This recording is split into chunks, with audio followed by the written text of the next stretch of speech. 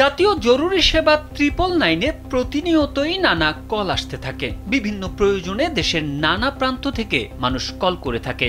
তবে রোববার বিকেলে একজন ইংরেজিভাষী নারীর কল আসে জাতীয় জরুরি সেবা 999 নম্বরে। ওই নারী জানান তিনি পাকিস্তানি, নির্যাতন ও আটকে রাখার অভিযোগ করেন তিনি।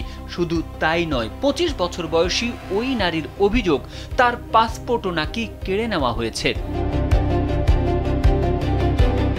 পাকিস্তানি নারীর কলটি আসে রাজধানীর দারুস সালাম থানার লালকুঠি এলাকা থেকে। তিনি অভিযোগ করেন স্বামী নোবেল আহমেদ এবং শাশুড়ি তাকে প্রায় শারীরিকভাবে নির্যাতন করেন এবং তাকে এক রুমে বন্দি করে রাখেন।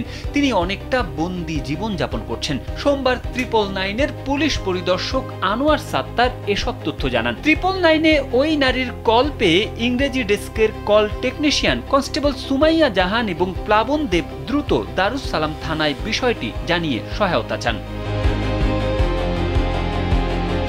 ভুক্তভোগী নারী তার সঠিক অবস্থান জানাতে না পারলেও তথ্য প্রযুক্তির সহায়তায় চিহ্নিত করে দারুস সালাম থানার একটি দল দ্রুত ঘটনাস্থলে যায়। পরে তাকে উদ্ধার করে থানায় নিয়ে আসে। 999-এর ডিসপ্যাচার এসআই বীরেন চন্দ্র দাসের তত্ত্বাবধানে পুলিশ দ্রুত কার্যক্রম চালিয়ে নিরাপত্তা নিশ্চিত করে।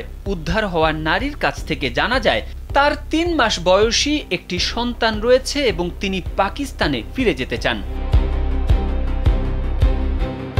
পুলিশের তৎপরতায় ভুক্তভোগী নারীর স্বামী ও তার পরিবারের অন্য সদস্যরা থানায় উপস্থিত হয়ে তার পাসপোর্ট ফেরত দেন এবং অঙ্গীকার করেন আগামী 10 দিনের মধ্যে শিশুটির পাসপোর্ট তৈরি করে তাদের পাকিস্তানে পাঠানো হবে।